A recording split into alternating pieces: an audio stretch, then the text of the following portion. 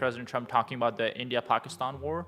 And as some of you guys may know, JD Vance, the US Vice President, said very publicly that US is not going to get involved in the war because it's none of our business. You know, we are already involved in the Ukraine war, in the Israel-Gaza war. We don't want to just pick up another war. It's very expensive just to be supporting wars. But as soon as he said that on an interview, we got some shocking news. And apparently the news was that the India-Pakistan war may turn nuclear. And that's why US had to get involved. So what happened? JD Vance called Indian Prime Minister Modi, and Marco Rubio called the Pakistani Prime Minister, Sabah something, I'm forgetting the name. We helped facilitate a ceasefire, and here's President Trump talking about it.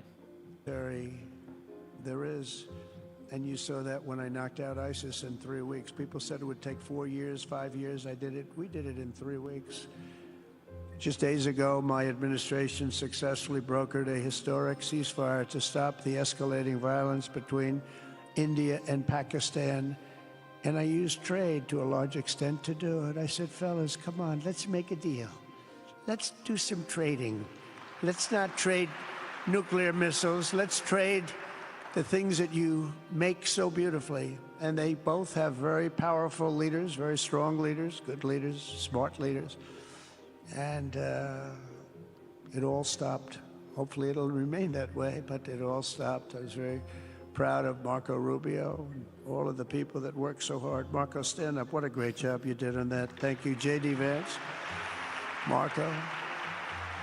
The whole group worked with you, but it was a great job. Yeah, SNR, this is live. Yeah, and I think they're actually getting along. Maybe we can even get them together a little bit, Marco, where they go out and have a nice dinner together. Wouldn't that be nice?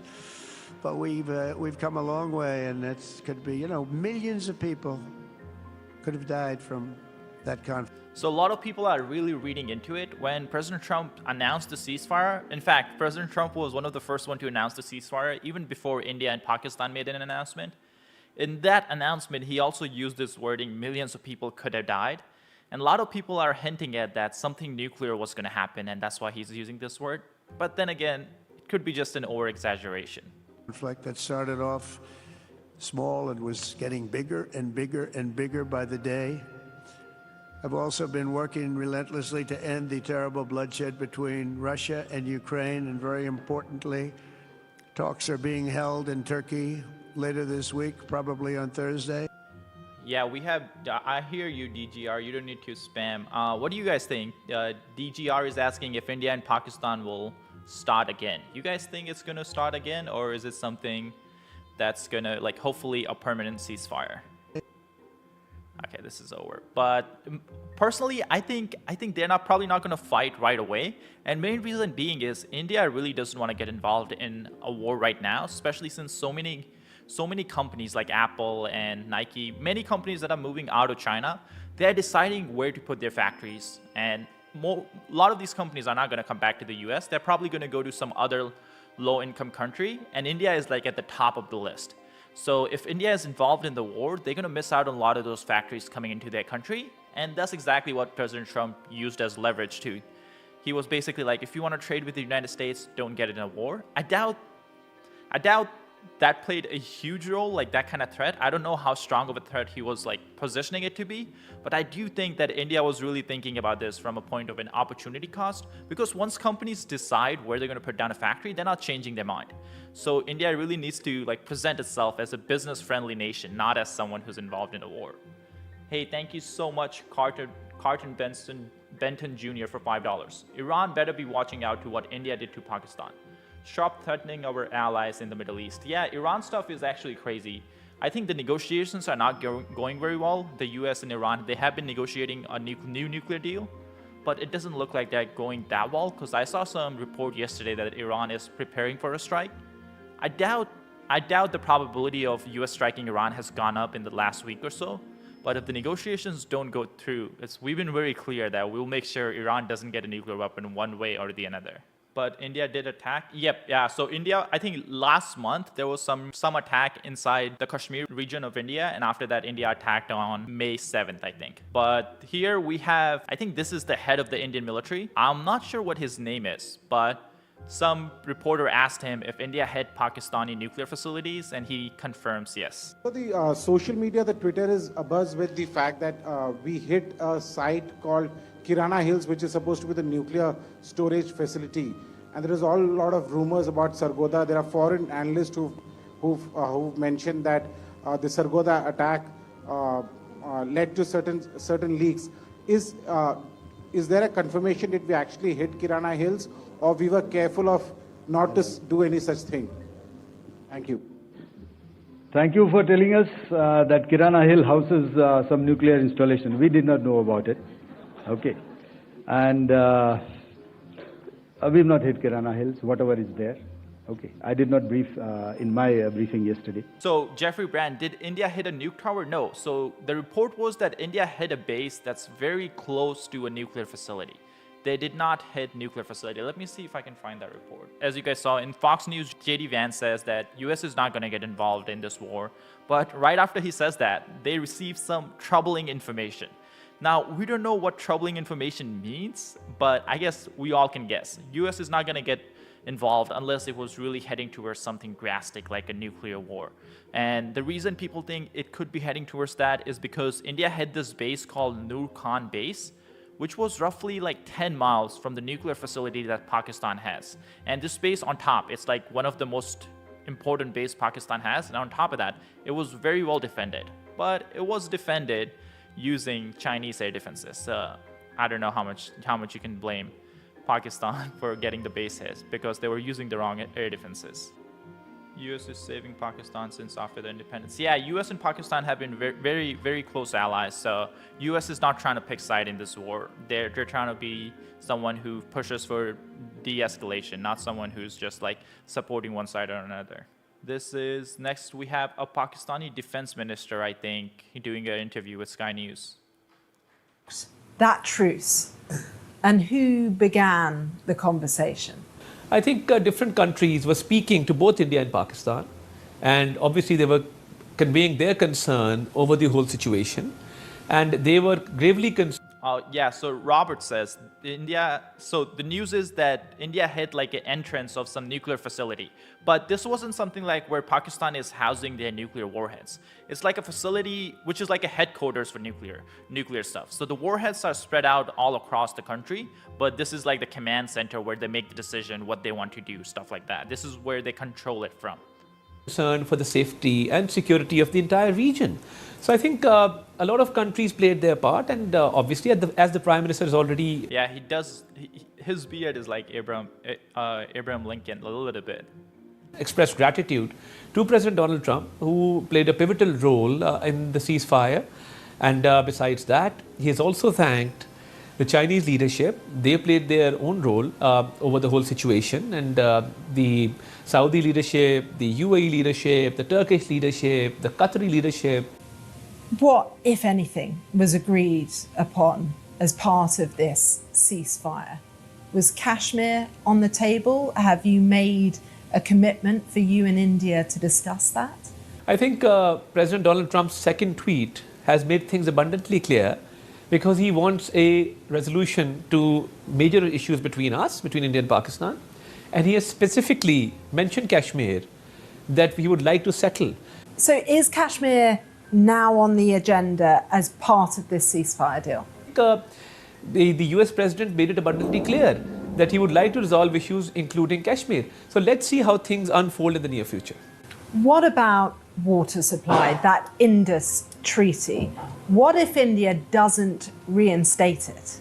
What will you do? India has not stopped the water yet, and they don't have the capacity to stop that water. So I think legally our case is very strong, and we obviously won't let India deny the right of water to our people. So let's see how that unfolds. At this point in time, the water is flowing normally, and there's no stoppage. These recent tensions were sparked by the deadly attack on Pahalgam in Indian-administered Kashmir, an attack on 26 civilians, one of the worst for years for India. Do you accept their right to respond forcefully to it? I think the Pahalgam incident, on which Pakistan expressed its concern, on which Pakistan expressed sympathy with the victims and their families, We offered that there should be an investigation, a fair and transparent investigation into the matter. But India did not go towards the investigation, and without any proof, leveled baseless allegations against Pakistan. Till date, they have not been able to produce a single piece of evidence linking Pakistan to the Pahalgam incident. So without any proof, without substantial... Wait, I don't know if that's true, because I think India did say they caught some communication between people who carried out the attack, and they were talking to someone inside Pakistan. Your arguments, you attack Pakistan on mere allegations, on mere speculations. If the attackers haven't yet been found, how can you be so confident that they are not militants linked to Pakistan and Pakistani groups? No group has claimed responsibility, first of all.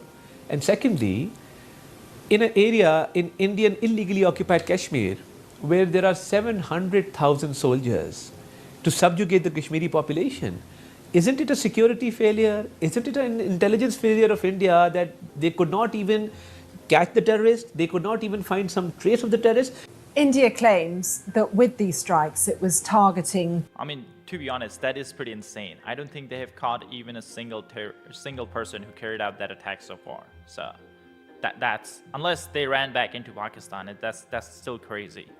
2 terror groups with links to Pakistan, Lashkar-e-Taiba and Jaish-e-Mohammed. Now, LET was accused of connections to the 2008 Mumbai attacks.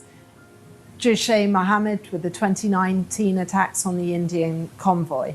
LET has also been accused of having connections to Resistance Front, the group that the Indians allege carried out this recent attack in Pahalgam.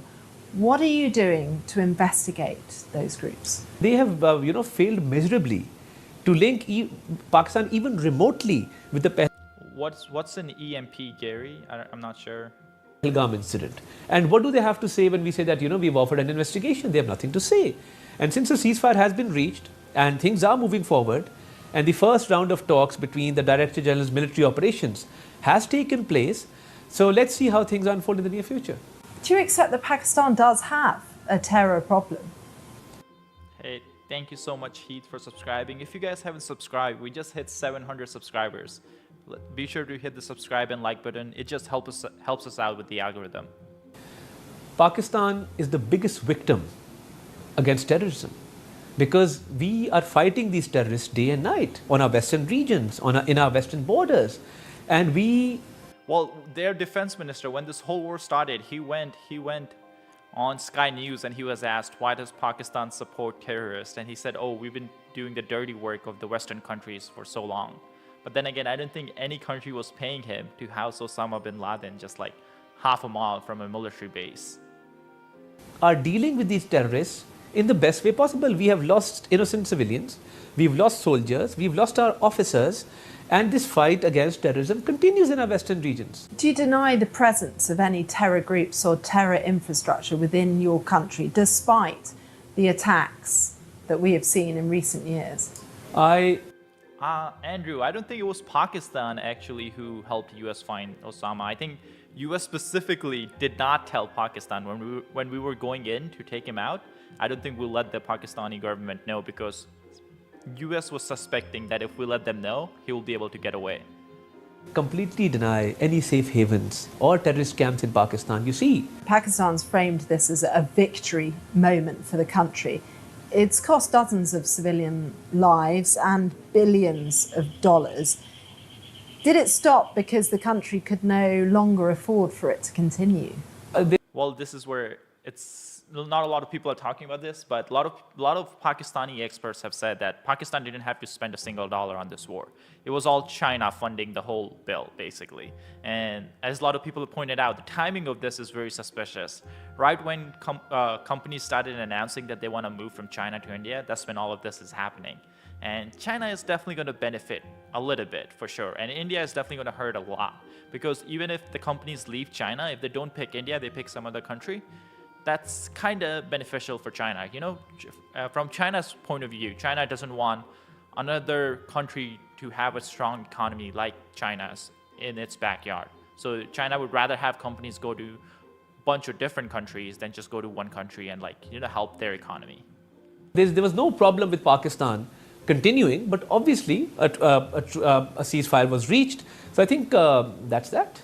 Pakistan has the upper hand, and Indian losses are in front of you, and Pakistan, the whole nation, is standing behind its armed forces, and Pakistan's victory is as visible as daylight. So you can see that Pakistan eventually prevailed because we targeted their military installations, their ammunition depots, and I don't think India could sustain anymore.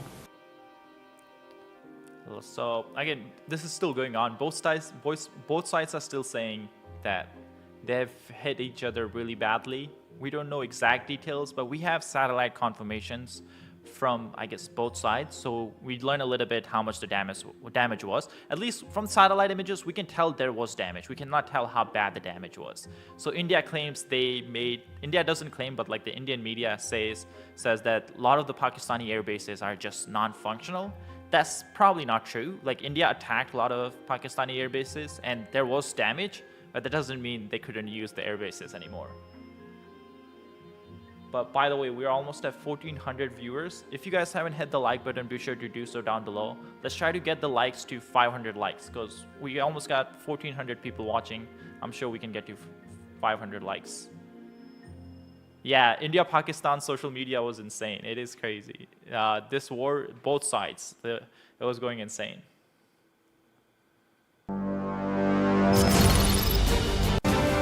Not to target.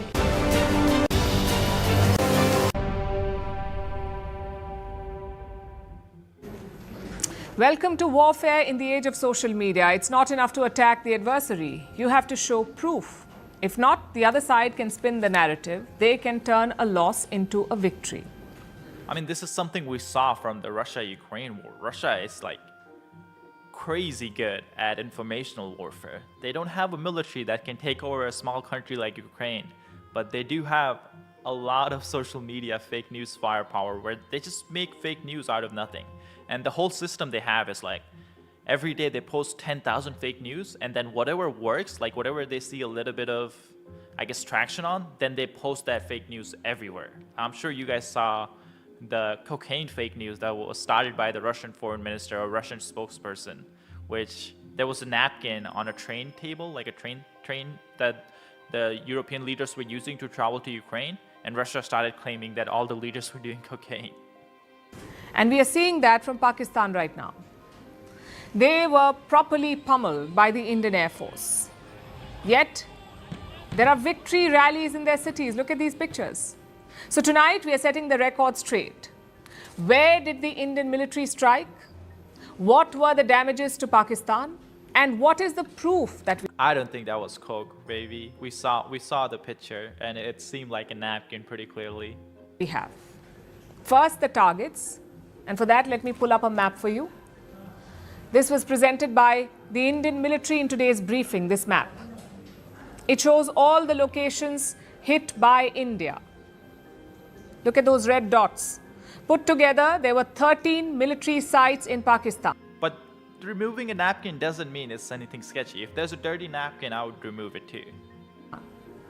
In Karachi, in Islamabad, in Lahore, in Rawalpindi, and in Sialkot. Basically, all major Pakistani cities were targeted by the Indian forces. So what did they destroy? And what is the proof? Let's start with the strikes on May 7th. 2 targets stood out in that operation. May 7th is when Operation Sindoor began. 2 key targets, Bahawalpur and Muridke. These were both high-value targets. Bahawalpur, as you know by now, is the headquarters of the Jaish-e-Mohammed. This is a city in Pakistan's Punjab state. Now look at the satellite image. You will... I mean, again, this information started, we're arguing about something completely different, but the information started from a Russian spokesperson. Clearly, they're not going to just judge their adversaries so openly. And again, it's the Russia who doesn't want to negotiate. So far, Ukraine has agreed to ceasefire talks. Russia is still dragging it out. And that's why President Trump is now sending weapons to Ukraine. At the beginning, he tried figuring out how to do a negotiation, but Russia just kept dragging it out. So Trump is now selling weapons to Ukraine. will see a compound. This was the Indian military's chosen target. And within this compound, 4 sites were picked. You can see the numbers 1, 2, 3, 4. These 4 sites in the Jaish-e-Mohammed headquarters were struck by India. Now look carefully at the pictures before and after the strike. All 4 targets have been destroyed. I mean, Carefully this picture is very hard to tell anything. I guess you could tell it was hit, but very hard. Just before and after the strike, all 4 targets have been destroyed. This one is more clear that there's a lot of damage.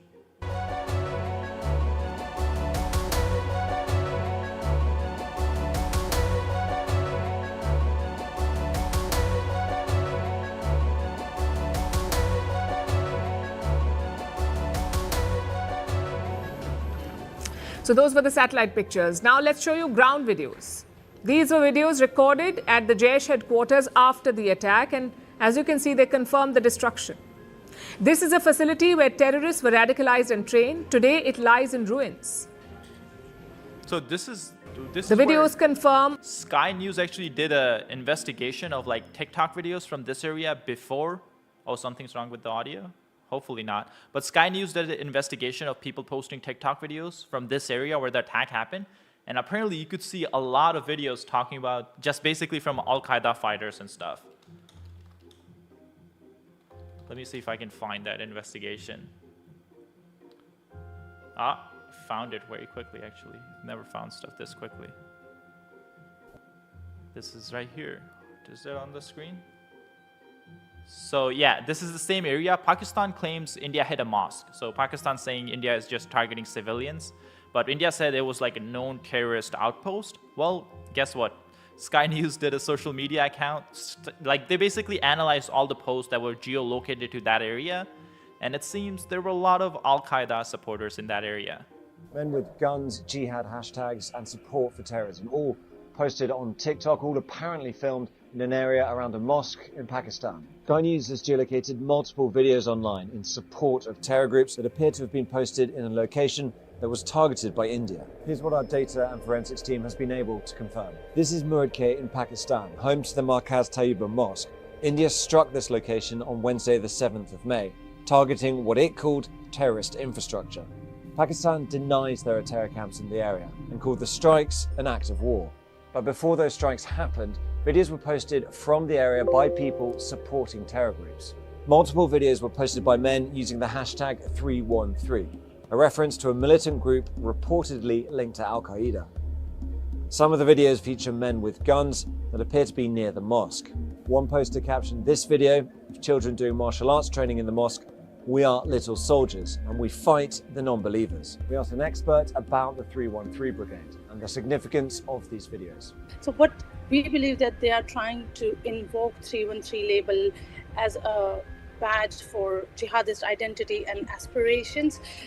In simpler terms, they are using 313 as a kind of a status symbol. At least from what we have seen, these are typically young men posing with symbolic visuals like rifles, with nasheeds in the background or flags and religious chantings. In religious terms, 313 refers to the 313 soldiers who fought alongside Muhammad Prophet during the Battle of Badr in 624 AD. Sky News confirmed the video locations using satellite. So I think this is the same thing we just saw right here. Let's go back. I guess a little bit. I think I saw it. It's the same area. Imagery in and around the mosque. These images from Maxar show us before and after India's strike on the complex. And videos posted. Oh, the videos are too sharp, Floyd. I'll figure that out. I'm not sure how to fix that, but I'll get someone who's more experienced to look at it. Sorry about that. And if you know how to fix it, maybe Floyd, you could email us and you could help us out. We'll definitely pay for the advice. On social media show the aftermath of the strike. Sky News contacted the Pakistan Ministry of Defense for comment and shared the videos we found. They told us, "This appears to be a random video with background music added later, consistent with how TikTok trends often function. If this is to be..." Yeah, Andrew, I saw Modi's speech, but I think it's in Hindi, so yeah, it's a bit tough to watch unless we can find a good translation. Considered credible evidence, we could produce millions of similar clips ourselves. They also said that any suggestion the mosque was used as a base by terrorists was a completely false, social media made-up hoax. Sky News. Let's get back here. Someone link it? Yes. I was trying to find like a full speech. I've seen clips in translation, but I couldn't find the whole thing. As you can see, they confirmed the destruction. This is a facility where terrorists were radicalized and trained. Today, it lies in ruins. The videos confirm.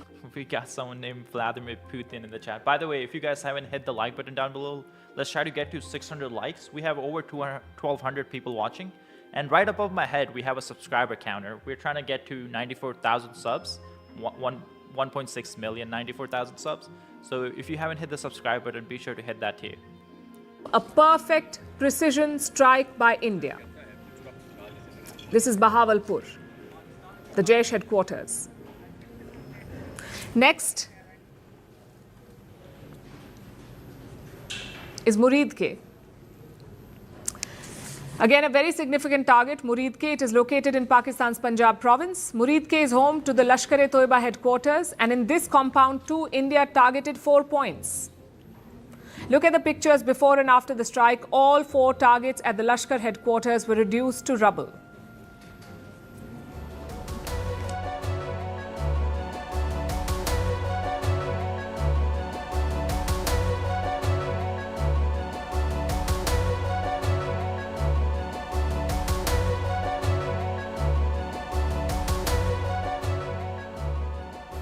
And it's not just satellite images that prove the devastation. We also have videos from the ground in Muridke. They show the Lashkar-e-Toiba headquarters in... Oh yeah, that's a good idea, God Player. We'll have a goal counter for the subs for the future streams. ruins. Look at these images. The roof has collapsed. There are mangled steel bars all around and pieces of concrete strewn about, completely destroyed. All confirming the damage from India's Operation Sindoor, Muridke, the Lashkar-e-Toiba headquarters in Pakistan. So these were India's actions on the 7th of May when Operation Sindoor was launched. After these strikes, India reached out to Pakistan and we told them to not escalate the situation because these were precision hits on Pakistani terrorists, not on Pakistani civilians or their soldiers. They were not targeted by India. But Pakistan did not heed India's warning. They threatened to hit back. And for 3 nights, Pakistan sent drones into India. They tried to probe our air defenses and to gather intelligence. On the night of May 8th and 9th, they stepped up the attacks. Pakistan fired missiles and armed drones into India. Almost all of them were neutralized by our air defenses, but now India had to hit back. Like I said, 13 military sites were targeted by India. Some were air defense sites, others were full-fledged air bases. What kind of damage did they cause? Let me show you satellite proof of the damage. Starting with the Pasroor Air Base in Punjab. This is located near the city of Sialkot. It's a major industrial hub in Pakistan. A lot of their leather and sports goods are produced there, which is why Pasroor is heavily guarded. It is home to a Pakistani air defense system. Now look at the pictures before the strike and after it. The Pasroor Air Base.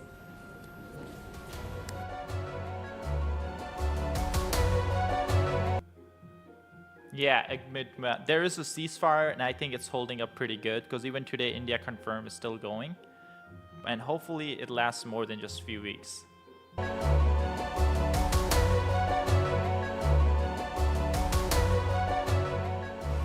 The radar head is clearly damaged. This was in Pasroor. Next is the Jacobabad Air Base in the Sindh province of Pakistan. This is home to Pakistan's F-16 fighter jets. It has been a forward operating position for their air force. The Americans used it heavily during their operations in Afghanistan. India hit an aircraft hangar at this base. If you look at the satellite pictures, the damage is quite clear. It shows that parts of the roof were blown out. This video is repeating too much, but we'll get back to this. Also, another news, we have President Trump in Saudi, and he recently got a $600 billion commitment from Saudi, and he's going to go to more Middle Eastern countries, hopefully get more commitment for investments into United States. So that should be interesting. Let me see if we have anything on there. Yeah, China has a lot, as someone pointed out, China has a lot of money inside Pakistan through their BRI. And that's why China is so heavily supportive of Pakistan too, because if Pakistan falls into the war, a lot of Chinese investments could be at risk, because China lost a lot of money in Sri Lanka. As you guys know, there was a big corruption scandal in Sri Lanka like 2-3 years ago. The old president, his family just stole a lot of money, and they didn't do much for the Sri Lankan people. So the government was overthrown and he fled to some other country. And that's when China had to like really make sure they don't lose a lot of money on their investment, the BRI investment specifically. And that has been happening all around the world, basically. A lot of the BRI investments, either they don't plan out as China promised them to be, or the quality of the build is just not as good. As Mike Stewart pointed out in the chat, it's like it's built by the Chinese construction company, China Railway 10. That's the same company that built that skyscraper in Bangkok, but it just fell. It was like the only building in Bangkok to fall during the earthquake, and that's because it was just built using wrong concrete and like weak steel. Yeah, I don't think Pakistan had any US anti-missile. 80% of Pakistani weapons are from China. Pakistan does have some US weapons, but they are old. Like back in the day when US and Pakistan were really strong allies. From that time, Pakistan does have some US weapons, but a lot of the modern weapons that Pakistan has are definitely old. What happened to the BRICS? Well, this is the good part, Jared. I don't think Pakistan is in BRICS. It's China and India are in BRICS, but then again, BRICS alliance is not on the same page at all. Everyone's all over the place.